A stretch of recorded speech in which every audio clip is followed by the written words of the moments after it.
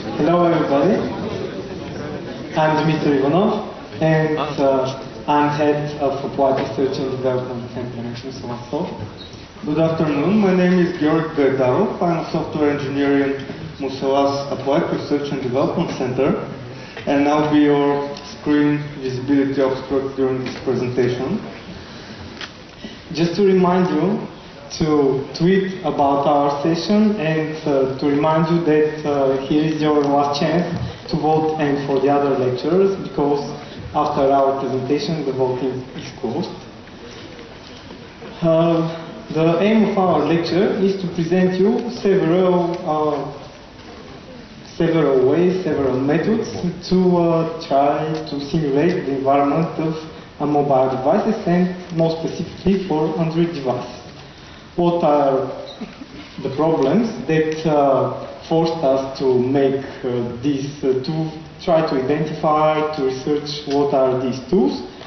For example, when we developed different mobile applications, we needed to test different specifics of the environment of the device, and for example, one of our colleagues was developing an application for finding the current speed of your device. Actually, the application was for skiing, and the application measures the speed and measures also the height, your current height. And our colleague wanted to test his application because it was a bug. That bug was to find out what's the problem when you are with 20 kilometers per hour, for example. And his way to test his application was to run on the stairways, to run over the office in order to find a way to simulate the current speed and to reproduce the bug. Another problem that we have was when we were developing an application that measures your orientation, uses your compass. If you want to test your application like this, for example, you have to try to play with the compass of your device, and the easiest way is to swing your device on the room. Another thing, very interesting, maybe most of the applications nowadays, the mobile applications for Android or for iOS, never mind, in our case for Android, have functionality to download some information, some data from internet. And what will happen if your data, for example, is broken because of very bad internet connection, very bad data connection, bad Wi-Fi, and so on. And here are we, me and Georgi, in the parking of Interpret, trying to find a way to simulate this environment specifics. We were trying different approaches in order to simulate the bad internet connection, in order to find out what will happen when the internet connection is down and you have no connection. Of course. So, actually, in our lecture we will present you our timeline. What was the timeline of our research in order to find a way to simulate all these environment specifics. And of course, first of all, we identified our goals. What we want from, for example, for framework for automation of mobile applications to do in order to help us to test all these strange specifics of the device. First of all, we make our way to the available tools, widespread tools that I hope you already know. After that, we started the simulation of the different very easy things to simulate. For example, how to input some data on the device. After that, how to simulate the sensors of the device. For example, the simulation means the simulation of the whole environment. How to get some feedback from our device in order to find out what's the current state of our device, what's the current battery level, what's the current connectivity status, etc. And at the end, of course, we wanted to profile our application. Our goal was to have a code as an option. For example, we don't need source code of your application in order to test it. If we provide us with some APK file, we can install it on our mobile device and we can test your application. Another thing that we wanted was to have variable simulations. What this means that we have an easy way to simulate the environment of the device, to simulate the different specifics of the device only by one click or by one console writing or I don't know.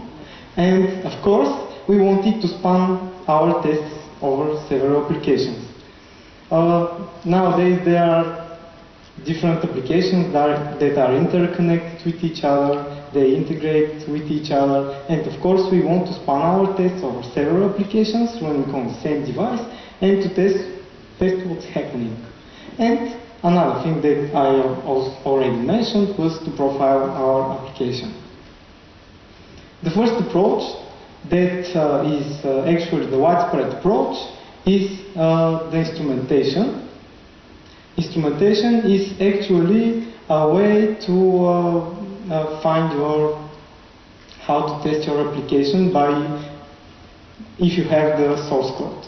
And of course, as a part of our technical team, the team that has researching these approaches for simulation, Georgi will tell you more about the instrumentation. Well, currently to test an Android application we have two choices. Our first choice is to use instrumentation, which is, as Nico said, the widespread approach. In instrumentation, both the testing code and the application under test run on the same virtual machine. And therefore, the application has to be signed with the same key as the testing code. This is why we need the application source code. Also, the testing code creates hooks to the application under test and invokes its methods. And because of this encapsulation here in the virtual machine, spanning the test over several applications is of course not possible. Our next option is to use UI Automator. UI Automator is fairly new. It comes with Android since API 16. In UI Automator, we upload a jar file that contains simple instructions such as tap here or swipe there, or is this element visible, and if this element is visible, do something simple. We upload the jar file in which we describe the simple operations. We pass it to UI Automator, which is a part of the operating system, and it does the interactions for us. However, as I said, only simple user interface interactions are supported, and spanning over several applications is possible since API 18. Our first major milestone was to find ways to input various data to our application. This is the general Linux input flow diagram. We have a hardware device here, the green rectangle. It writes low-level events into its corresponding input file. Then the operating system reads these events from the input file and converts them in some way to a higher level events that are then passed to our application. As you know, Android is Linux based, so this is valid for Android as well. The first thing, of course, we had to do is unlock our device to test some application on it, and we achieved this using the input key event command, which accepts a key code. All key codes are described in Android development resources. As you will see later, we have a demo which shows how, via the command line, we can unlock a device. Where the input command comes in the previous diagram is in the OS rectangle. The input command comes with Android, it's part of its operating system, and we just execute this command with some parameters. This is our demo.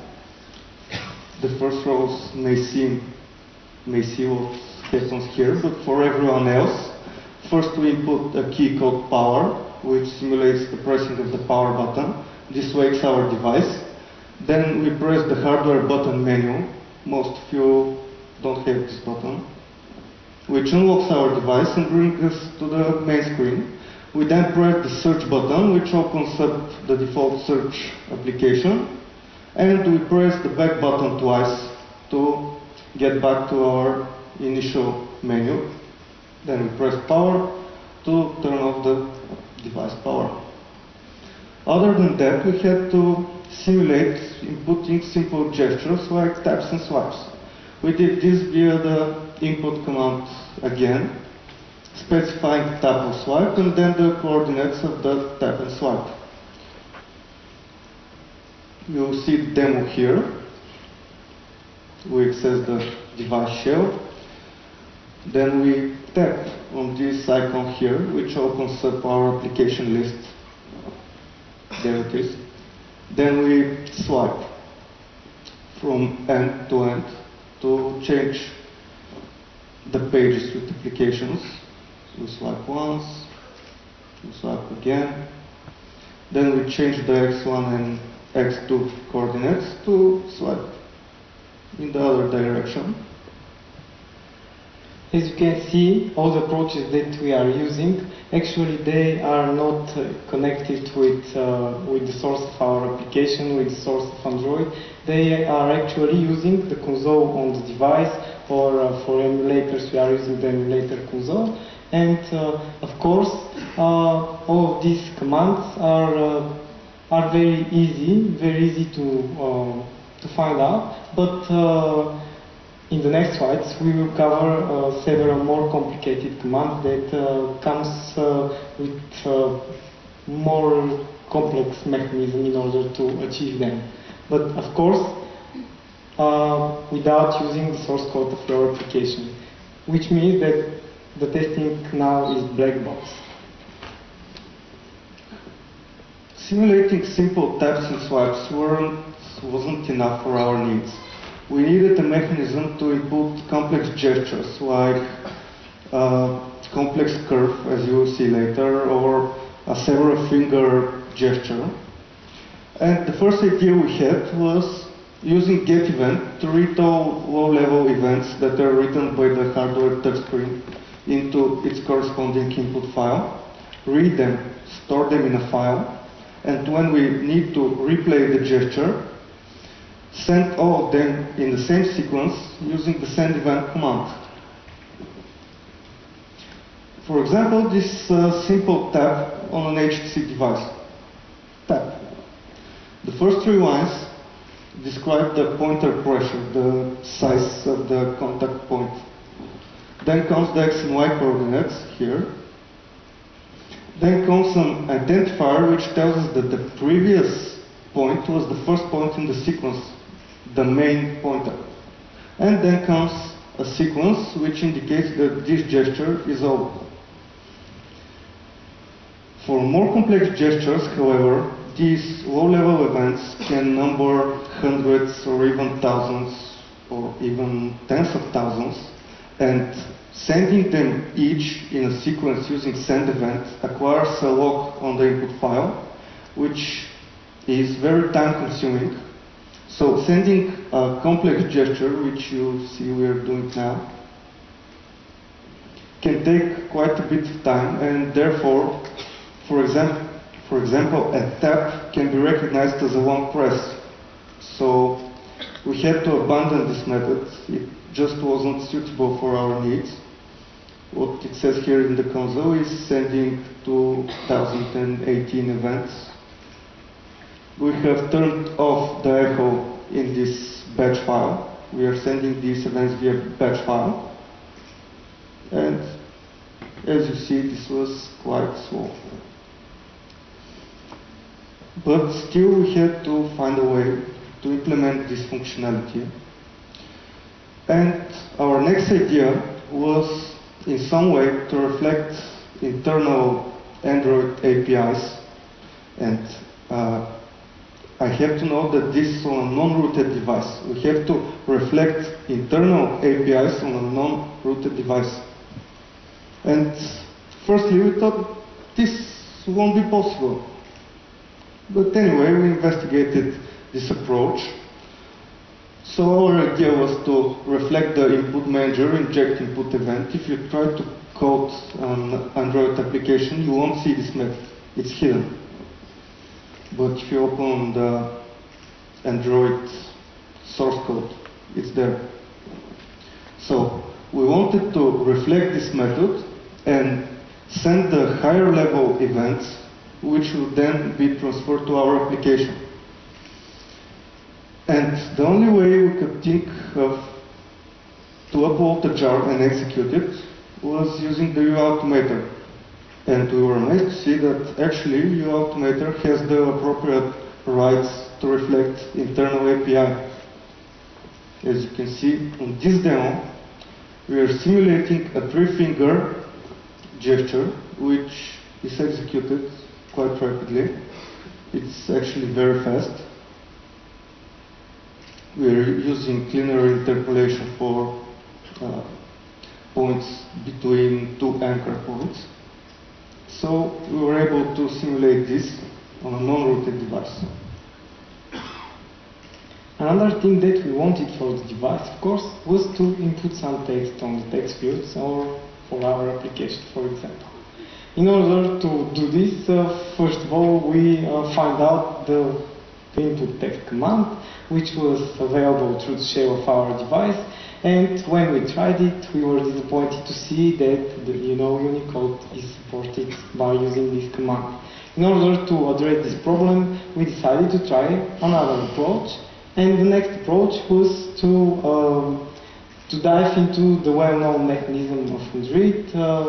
As Georgi told you, the mechanism in Android, as a Linux-based operating system, is to have some information for the hardware device, to make it to the input file, and after that transfer it to the application via the operating system. For the first approach that we tried was to write some events in the input file by using the send event command that you have already seen. And the obstacle that we have met here was the keyboard layout mapping, which the operating system makes in order to translate the input file event to a symbol which is transferred to our application. Of course, the keyboard layout mapping was an obstacle because it makes simple mapping between the hardware buttons of your device and the symbol that corresponds to these hardware buttons. Of course, as you may know, all of your devices have 2 or 3 or not more than 5 hardware buttons, and we cannot map all the Unicode symbols to these hardware buttons. So we decided to try another approach, and of course it was the simplest approach. We implemented our custom virtual keyboard, our custom input method, which was intent-based. This virtual keyboard is actually not visible on our device. It is installed as a simple application on our device, and after that we are sending our messages by using these intents. More about the intents in the next slide. And of course, by using this approach, we achieved the Unicode symbols on our text fields.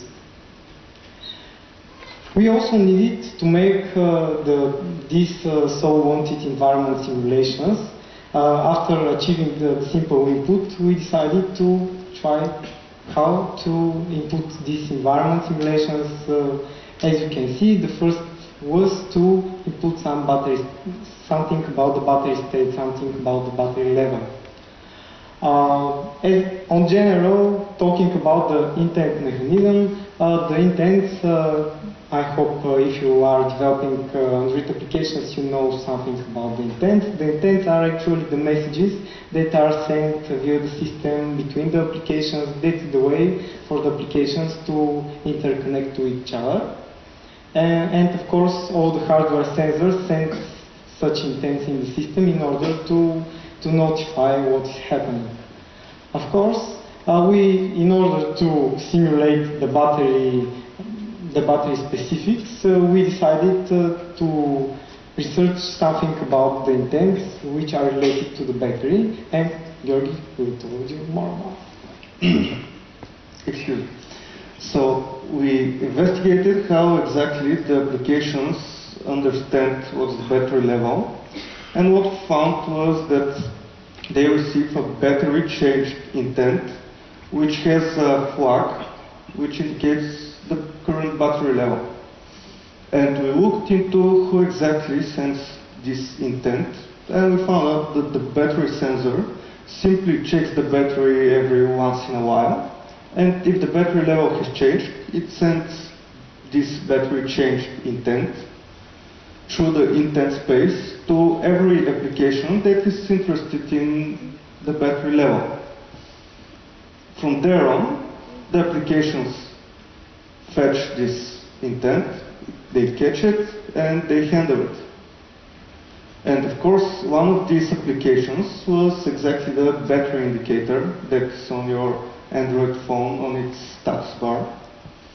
So our idea here was to manually send this battery changed intent, as the operating system cannot know from where exactly this intent comes. It can't recognize an intent, it can't make a difference between a manually changed intent and a battery sensor sent intent. Now, this battery changed intent, it is protected. Our applications that we code cannot send this intent. However, the AM command, which is a part of the operating system, can send this intent. So, as you see here in this demo, we manually sent the battery changed intent using the AM command, which effectively changes our battery sensor.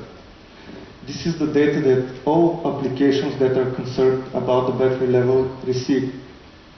This is a real device.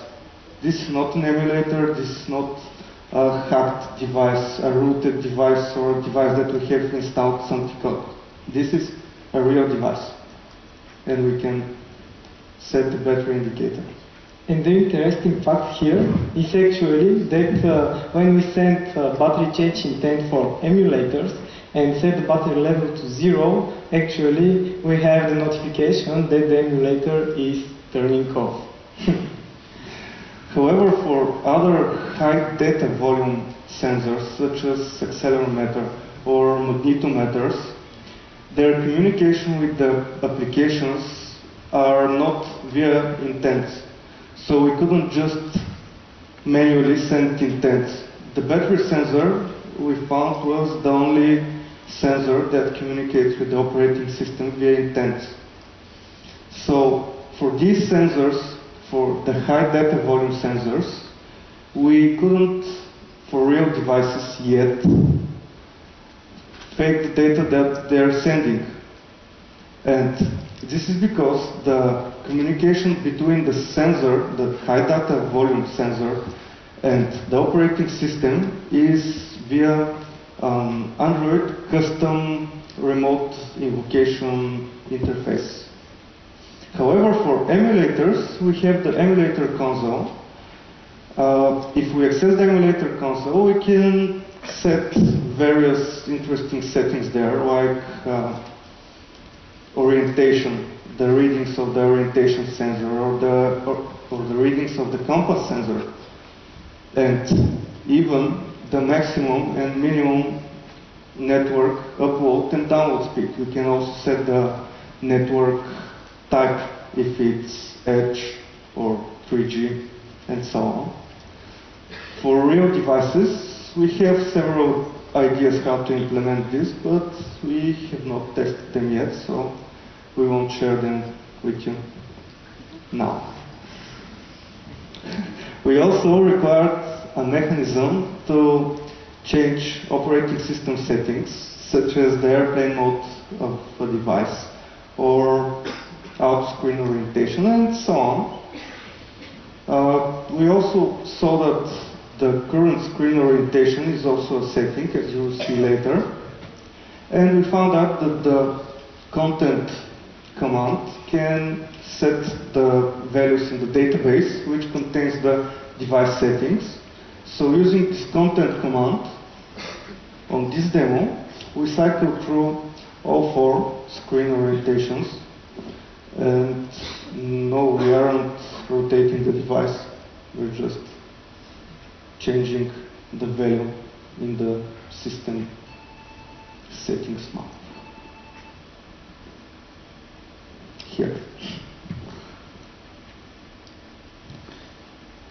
After we set the different aspects of our device, the different aspects of our environment, we decided to see what's happening on the device, to get some feedback from the device, to know if the battery level that we have already set is still present on our device. And in order to do this, we find out different commands which are from the emulator console or from the shell on the device. And the first thing that we find out was the information about the hardware or the firmware of the device.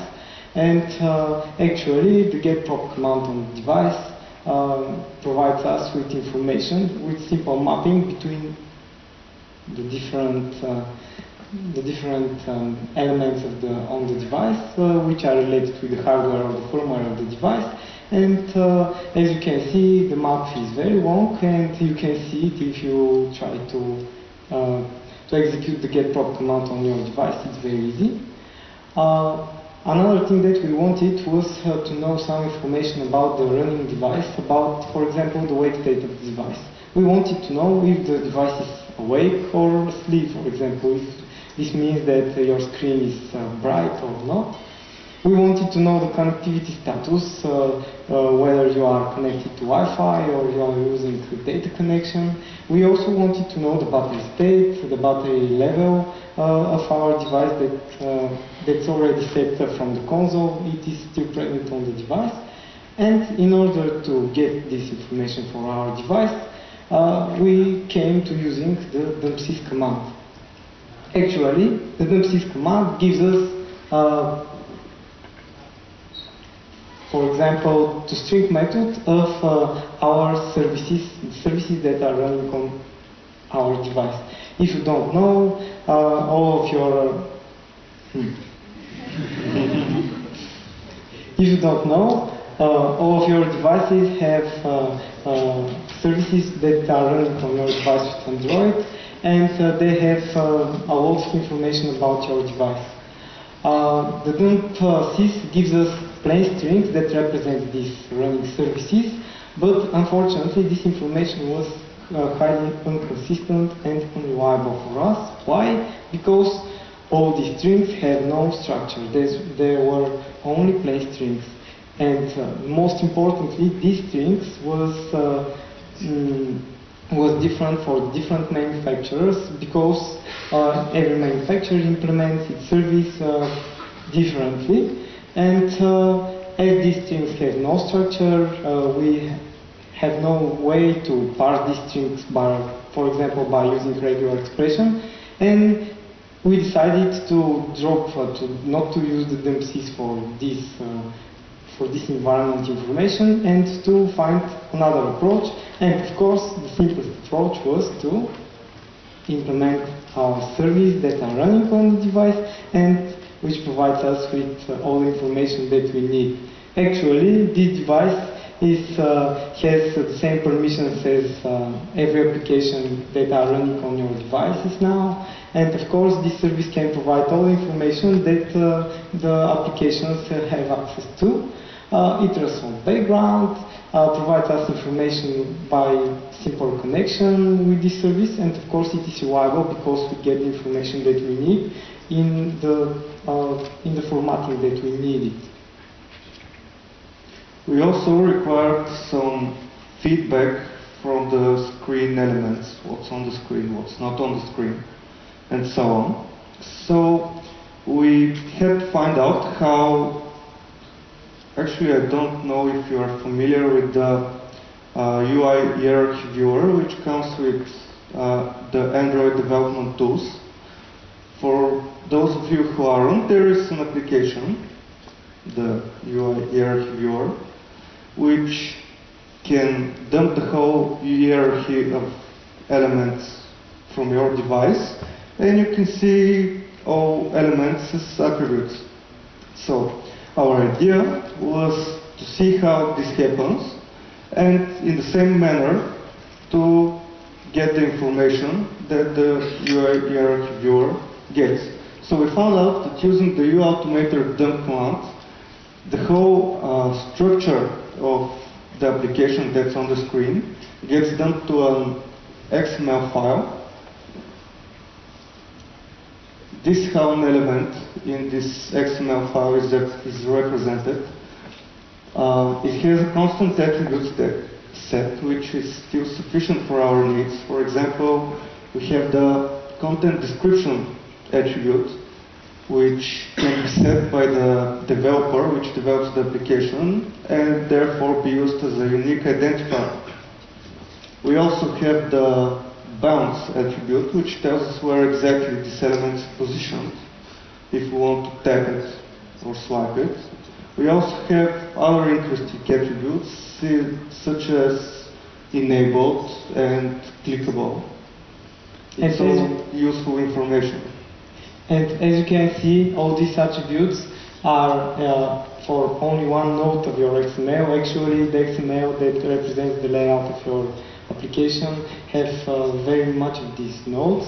And our idea was to use this XML, and as QAs, you can use it to make simple CSS queries, or for example, XPath queries to this XML, and to find the elements that you need.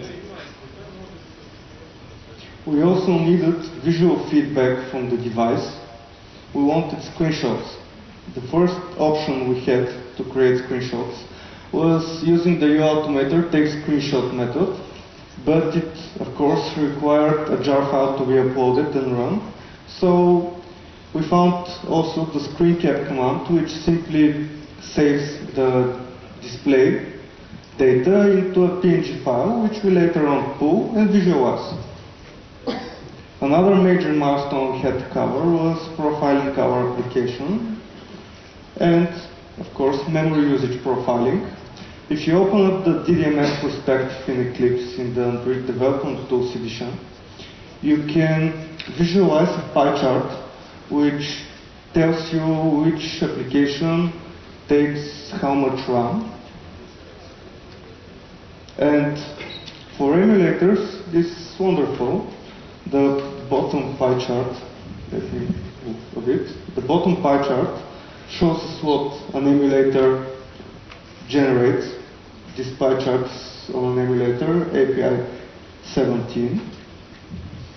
But for real devices, for example, the Nexus 7, which is running the same operating system, these colorful slices were replaced by one big slice titled unknown. And we investigated why this happens. The DDMS perspective uses the procrank command combined with the procmeminfo. And the procrank command isn't present on real devices for some reason. I don't know why. And we had to find a way to get this lost data here.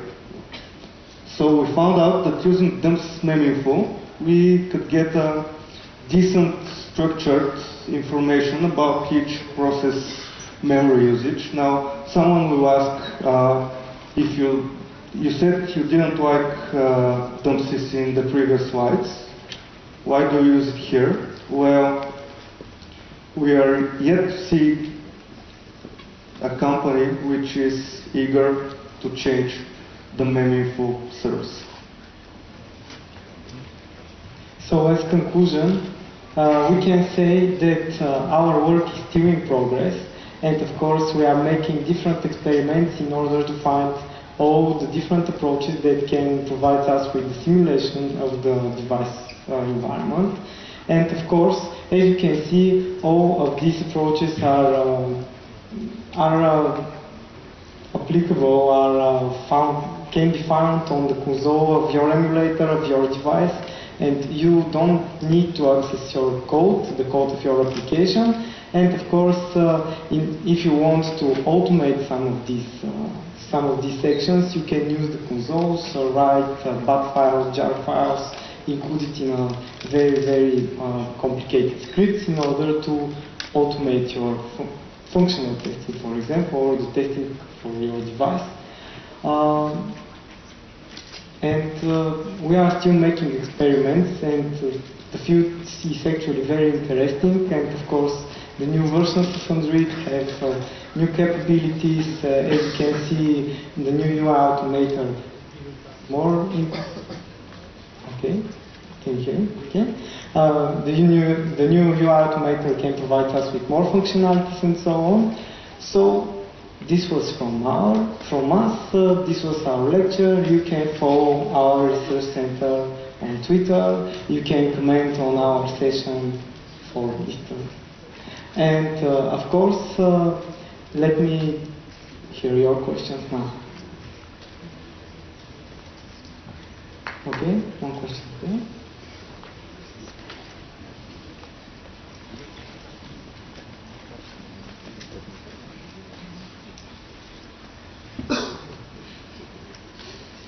Hey guys. So I want to ask you, how do you measure the power management and the consumption of your application? With what method? And do you manipulate the scaling governor? We don't currently monitor the battery usage of our application. Actually, this data is present in the settings. In the device settings, you can press on battery and see battery usage. I don't think it's sufficient for battery profiling, but we haven't yet looked into this. Actually, you can use the ProTruth service that is installed on your device, because we have seen applications that have access to your battery consumption, so we can get this information too. I had in mind that the constant consumption, so that would affect the performance of the battery and how long it's gonna work the device with your application working on full power or whatever. That's what I had in mind. And also, what kind of build are you using? Are you using a debug build, engineering build, or are you using a user build? We are using a user build with enabled developer options. Oh, okay. So probably that's why you cannot see the proc folder. And we can see it. We use cat. We use command cat proc. Yeah. Okay, that's all. Thank you. Question?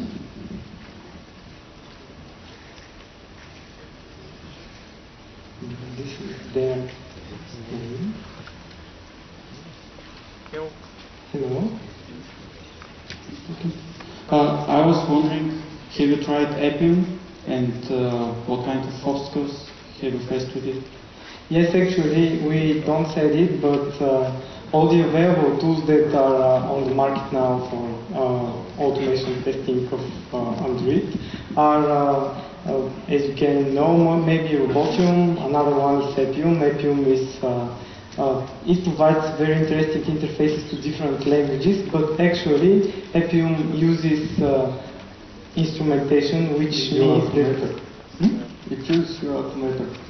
UI Automator, yes, and Cylindrit, which is based on instrumentation, which means that actually you need to access Appium needs to access your code in order to test your application.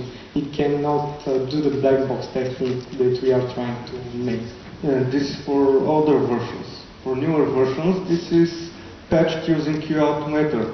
But however, we haven't found the Appium functionality, for example, to simulate Paris environment information. Is there such functionality? I'm not sure. Other questions? The girl there? Hmm.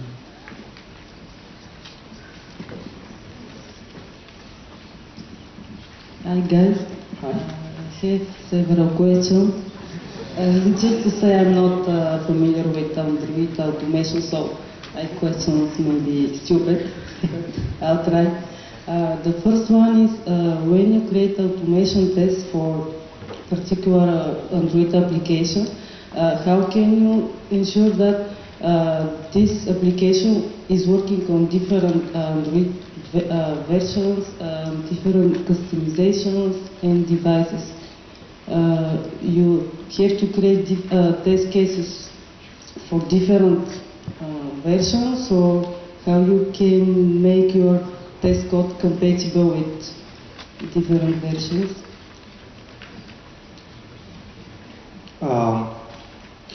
Well, Android applications run on the virtual machine, so there aren't differences between the virtual machine in a later API or a previous API. They are compatible. They are backward compatible. So a test that's written once can run on later versions. So there is no problem with versions. What about different devices?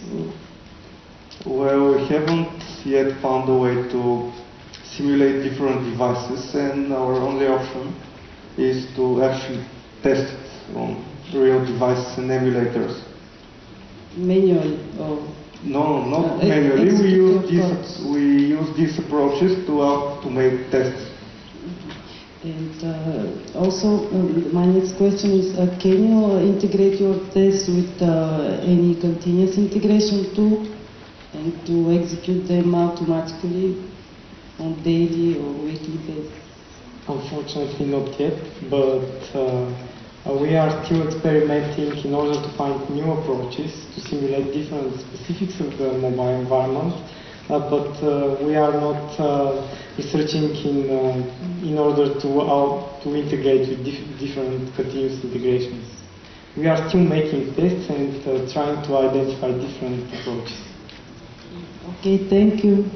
You're welcome. Other questions?